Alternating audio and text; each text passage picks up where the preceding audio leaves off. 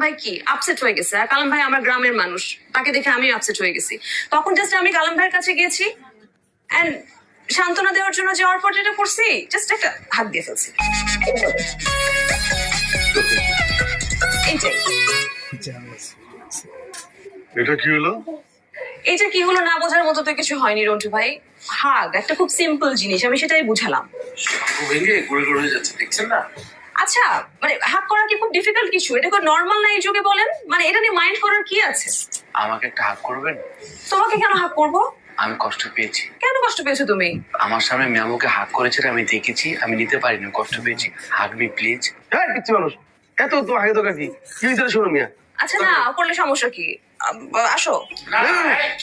বসো। আচ্ছা এই শোনো, চুপ করেন প্লিজ, বাচ্চা ছেলেও মাইন্ড করবে না। আসো আসো, অত বাচ্চা না, বুড়া একদম, আসো। বুড়া বাচ্চা। আরে